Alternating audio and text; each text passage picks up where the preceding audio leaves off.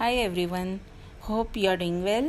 Okay, let's do today the back exercises and question answers of chapter 6. क्या निराश हुआ जाए? From your Hindi book सुनहरी धूप. Let's start with the revision of the शब्दार्थ. Page number 55.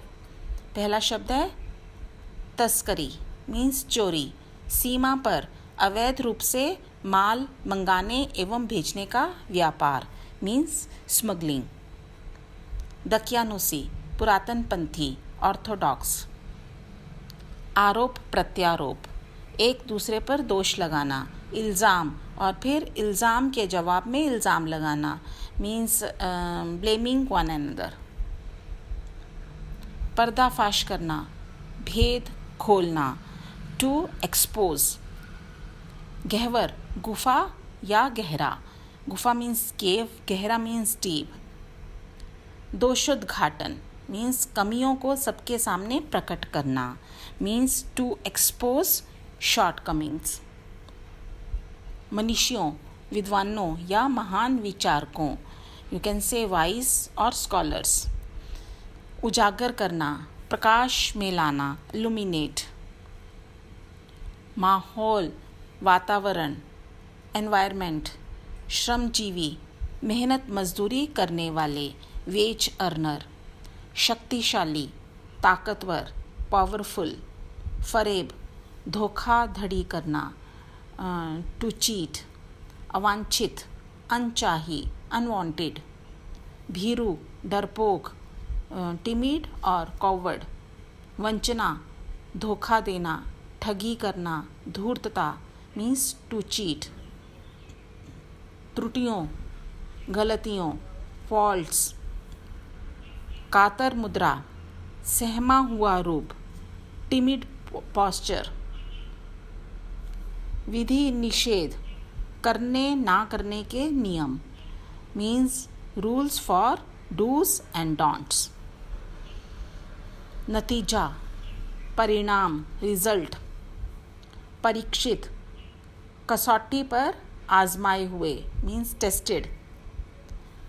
आलोड़ित उथल पुथल से भरा हुआ फुल ऑफ टर्मोइल. विश्वासघात विश्वास को चोट पहुंचाना बेट्रॉयल. हताश निराश डिसअपॉइंटेड. निकृष्ट नीच या गिरा हुआ मीन्स वर्स्ट. आगे हैं कठिन शब्द फॉर श्रुतलेख. So this you can practise yourself. आगे है पाठ बोध. इसके अंतर्गत हैं प्रश्नों के उत्तर. पहले हैं मौखिक प्रश्न. तो पहला प्रश्न है क. समाचार पत्र किस प्रकार के समाचारों से भरे रहते हैं? उत्तर. समाचार पत्र ठगी डकैती चोरी तस्करी और भ्रष्टाचार के समाचारों से भरे रहते हैं. ख. आज श्रमजीवियों की क्या स्थिति है? उत्तर. आज ईमानदारी से मेहनत करके जीविका चलाने वाले श्रमजीवी पिस रहे हैं और झूठ फरेब का रोजगार करने वाले फल फूल रहे हैं. ग. सच्चाई किन लोगों के हिस्से पड़ी है? उत्तर. सच्चाई भीरू और बेबस लोगों के हिस्से पड़ी है. घ. बस ने निर्जन स्थान पर कितने बजे जवाब दे दिया? उत्तर. बस ने निर्जन स्थान पर रात के 10 बजे जवाब दे दिया. अगला प्रश्न है बस अड्डे से नई बस कौन लेकर आया? उत्तर. बस अड्डे से नई बस खराब हुई बस का कंडक्टर लेकर आया था. आगे है अर्थ ग्रहण संबंधी प्रश्न. पहले है उचित विकल्प पर टिक का चिन्ह लगाइए. तो इसके अंतर्गत पहली स्टेटमेंट है लोग ऊंचे पद पर स्थित लोगों के तो इन गिवन जो ऑप्शंस हैं उसमें से सेकंड ऑप्शन ठीक है, दोष देखते हैं। तो इसके आगे आपने टिक लगाना है। अगला है ख, तिलक, गांधी, मदन मोहन मालवीय और रविंद्रनाथ ठाकुर ने। तो इसके लिए स्टेटमेंट कैसे पूरी करनी है? पहली ऑप्शन के साथ ही, महान संस्कृति सभ्य भारतवर्ष का सपना देखा था। ग, भारतवर्ष सदा कानून को। तो इसको पूरा करने के लिए आपको जो तीसरा विकल्प है उसका प्रयोग करना है, दैट इज़ धर्म के रूप में देखता आ रहा है। तो इसके सामने आपने टिक लगाना है। तो इसके आगे है, नीचे लिखे पाठांश को ध्यानपूर्वक पढ़ते हुए पूछे गए प्रश्नों के उत्तर दीजिए। सो this you can do yourself. मैं एक बार पढ़ देती हूँ यहाँ से। जीवन कब कष्टदायक हो जाता है? तो इसके लिए आपने पहली पंक्ति से लिखेंगे आप कि जो इसकी पहली पंक्ति का अंतिम जो शब्द है, केवल उन्हीं बातों का यदि हम हिसाब रखें जिसमें धोखा खाया है तो जीवन कष्टकर हो जाता है। तो आप ऐसे लिखेंगे। आगे है, किन घटनाओं को याद करने से मन का विश्वास बढ़ता है? तो इसके लिए आपने चौथी पंक्ति से हेल्प लेनी है। जैसे कि आप लिखेंगे कि जब हम इन बातों को भी याद रखते हैं कि जब लोग अकारण हमारी सहायता करते हैं या हमारे साथ कुछ अच्छा करते हैं, तो ऐसे में हमारे इन घटनाओं को भी याद करने से हमारे मन का विश्वास बढ़ता है। आप कुछ ऐसे लिखेंगे। उसके बाद है ग, कविवर रविंद्रनाथ ठाकुर ने अपने प्रार्थना गीत में ईश्वर से क्या प्रार्थना की? तो इसके लिए आप चौथी पंक्ति में से ही इसका अर्थ है, उत्तर मिलेगा आपको। यहाँ पे जैसे लिखा हुआ है, रविंद्रनाथ ठाकुर ने अपने प्रार्थना गीत में भगवान से प्रार्थना की थी। आप एज इट इज़ लिख सकते हैं कि संसार में केवल नुकसान ही उठाना पड़े, धोखा ही खाना पड़े, तो ऐसे अवसरों पर भी हे प्रभु मुझे ऐसी शक्ति दो कि मैं तुम्हारे ऊपर संदेह ना करूं। तो यहाँ तक आप पूरा एज इट इज़ लिख सकते हैं। और अंतिम इसका प्रश्न है, महान भारतवर्ष को पाने की संभावना कैसे सफल होगी? तो इसके लिए आप अंतिम जो 3 पंक्तियां वहाँ से उत्तर ले सकते हैं। जैसे मनुष्य की बनाई विधियां गलत नतीजे तक पहुँच रही हैं तो इन्हें बदलना होगा। वस्तुतः आए दिन इन्हें बदला भी जा रहा है, लेकिन अब भी आशा की ज्योति बुझी नहीं है। महान भारतवर्ष को पाने की संभावना बनी हुई है, बनी रहेगी। So as it is also you can write, और अपने वर्ड्स में भी लिख सकते हैं। तो इसके आगे हैं लिखित प्रश्न। तो पहले हैं लघु उत्तरीय प्रश्न। पहला है, भारतीय समाज को कौन कौन सी बुराइयां विघटित कर रही हैं? उत्तर, आज भारतीय समाज को धोखेबाजी, बेईमानी, भ्रष्टाचार तथा स्वार्थीपन आदि बुराइयां विघटित कर रही हैं। ख, किसी बड़े आदमी ने लेखक को क्या सुझाव दिया था? उत्तर, किसी बड़े आदमी ने लेखक को सुझाव दिया था कि अगर सुखी रहना है तो कोई भी काम ना करो, क्योंकि कुछ भी करने पर लोग उसमें दोष खोजने लगते हैं और गुणों को नज़रअंदाज कर देते हैं। ग, सच्चाई केवल भीरू और बेबस लोगों के हिस्से क्यों पड़ी है? उत्तर, आज बेईमानी और झूठ फरेब का इतना बोलबाला है कि ईमानदारी को मूर्खता का पर्याय माना जाने लगा है। इन हालातों में सच्चाई के रास्ते पर चलने वाले को भी भीरू और बेबस माना जाने लगा है। घ, भीतर ही भीतर भारतवर्ष अब भी क्या अनुभव कर रहा है? उत्तर, भीतर ही भीतर भारतवर्ष अब भी यह अनुभव कर रहा है कि धर्म कानून से बड़ी चीज़ है। अब भी सेवा, ईमानदारी, सच्चाई और आध्यात्मिकता के मूल्य बने हुए हैं। अगला प्रश्न है, कौन से जीवन मूल्य दब गए हैं? उत्तर, सेवा, ईमानदारी, सच्चाई और आध्यात्मिकता के मूल्य आज दब गए हैं, लेकिन नष्ट नहीं हुए हैं। तभी तो आज यदि भ्रष्टाचार का बोलबाला है तो उसके प्रति सब ओर आक्रोश भी दिखाई देता है। आगे हैं दीर्घ उत्तरीय प्रश्न।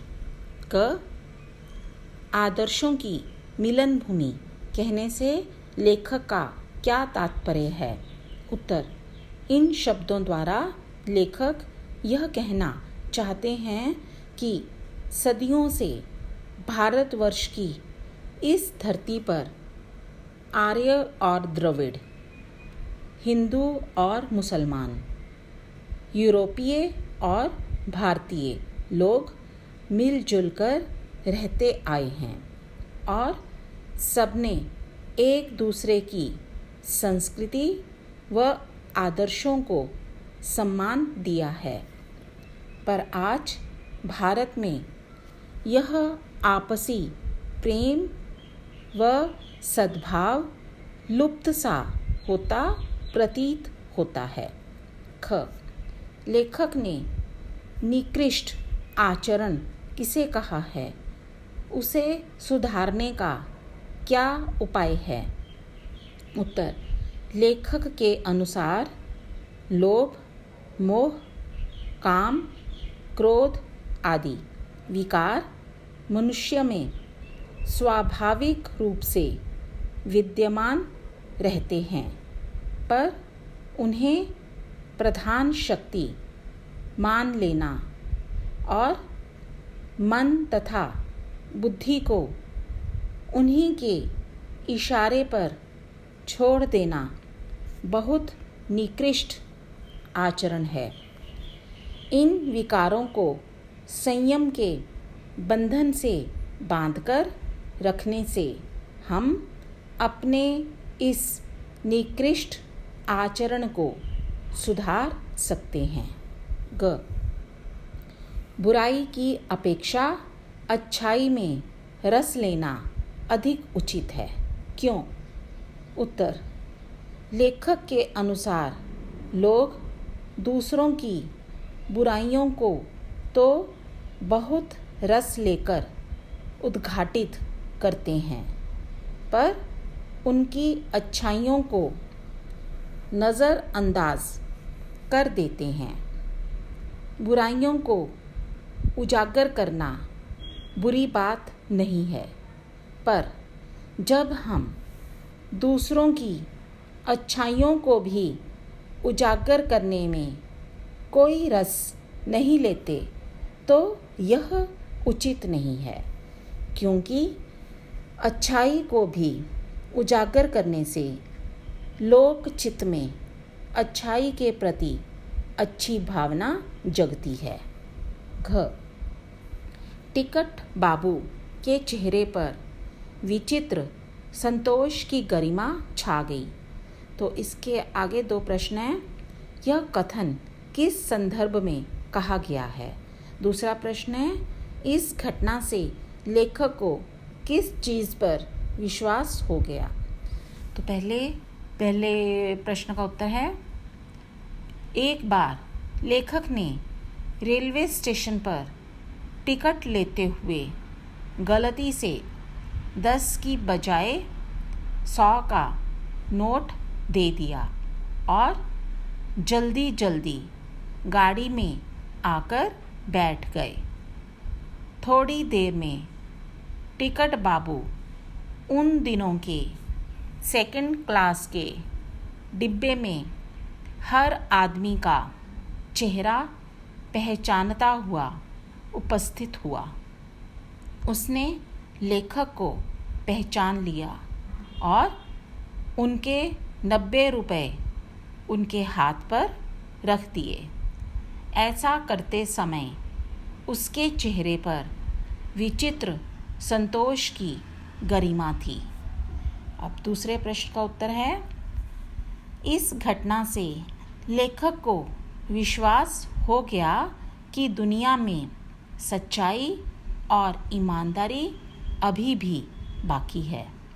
अगला प्रश्न है, बस के नौजवानों ने ड्राइवर को पकड़कर मारने पीटने की योजना क्यों बनाई? उत्तर, लेखक रात के समय परिवार सहित जिस बस में सफ़र कर रहे थे वह एक सुनसान जगह पर अचानक खराब हो गई। यात्री कहने लगे कि पहले भी एक बस ऐसे ही खराब हुई थी तो डाकुओं ने हमला करके उस बस को लूट लिया था। इस बस का कंडक्टर भी साइकिल लेकर कहीं चला गया था तो सबने सोचा कि वह डाकुओं को ही बुलाने गया है। इसलिए नौजवानों ने धोखेबाज ड्राइवर को मारने पीटने की योजना बनाई।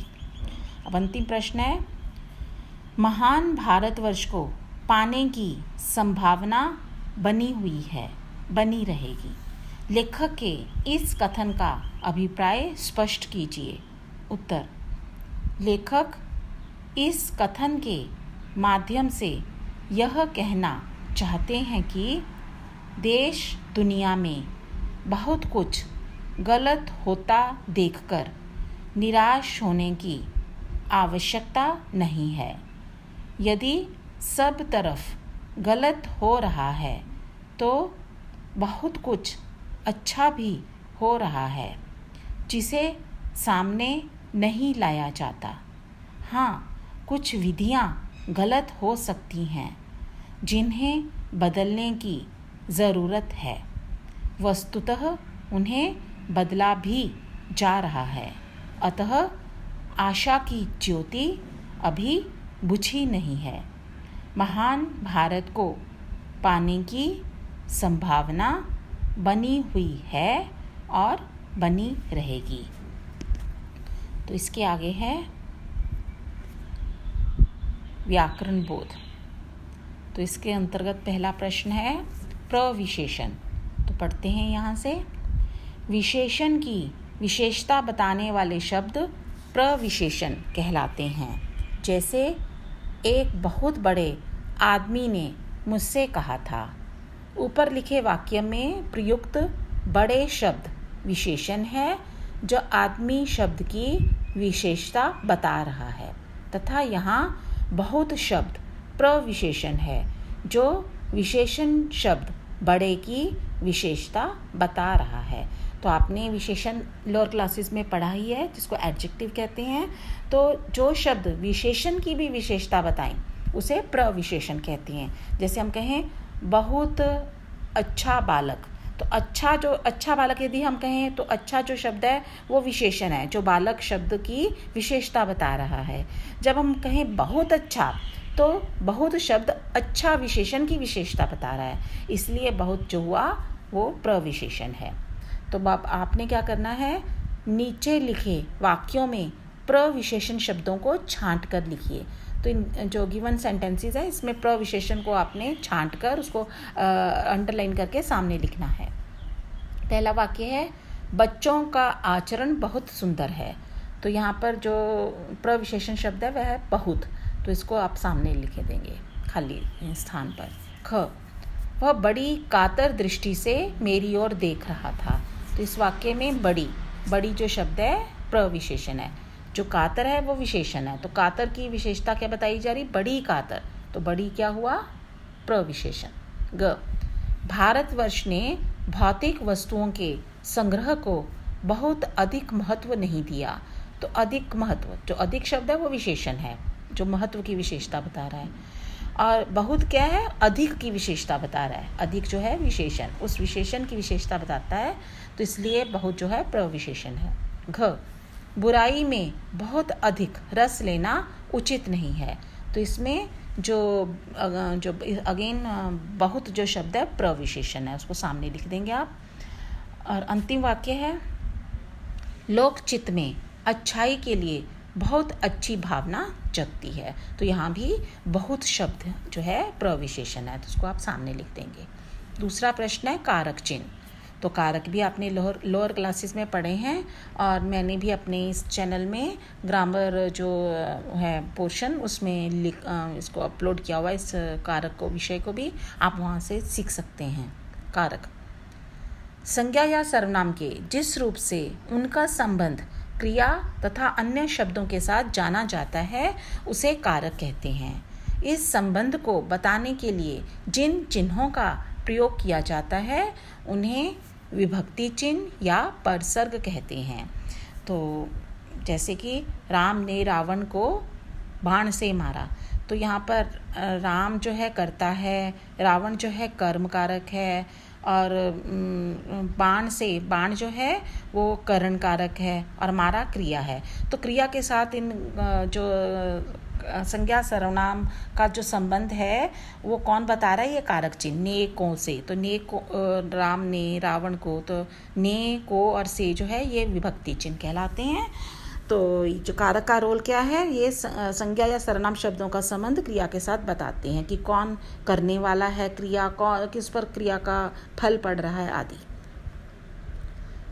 तो अब आगे कारक के भेद और उनके चिन्ह दिए गए हैं, आप यहाँ से इनको सीख सकते हैं। मैं पढ़ देती हूँ। जैसे कारक के भेद और चिन्ह सामने दिए हैं। तो पहला है कर्ता कारक, तो उसका चिन्ह होता है ने। तो आप कैसे याद करेंगे, कर्ता ने कर्म को करण से या के द्वारा, संप्रदान के लिए या को भी होता है इसका चिन्ह। आगे है अपादान से, यहाँ पर से का अर्थ है अलग होने के संदर्भ में, मतलब इसमें सेपरेशन का भाव होता है, मीनिंग, उस मीनिंग में, सेपरेशन के मीनिंग में से का अर्थ होता है। संबंध काके की या रारेरी, जैसे राम का, मोहन का। तो रारेरी कैसे होता है, जैसे मेरा, मेरी, मेरे आदि। तो अधिकरण कारक में या पर होता है इसका विभक्ति चिन्ह, और संबोधन का होता है हे या अरे।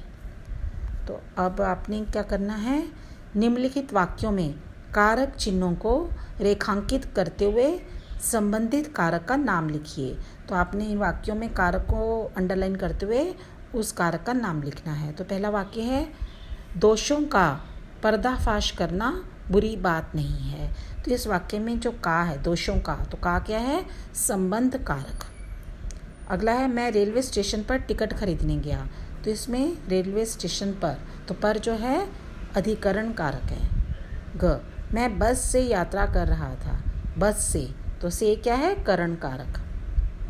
रात में 10 बजे बस ने जवाब दे दिया, तो बस ने कर्ता कारक। उसने कहा अड्डे से नई बस लाया हूँ, तो उसने, तो यहाँ पर ने जो है कर्ता कारक हुआ। अगला है तीसरा, कर्म कारक और संप्रदान कारक में अंतर।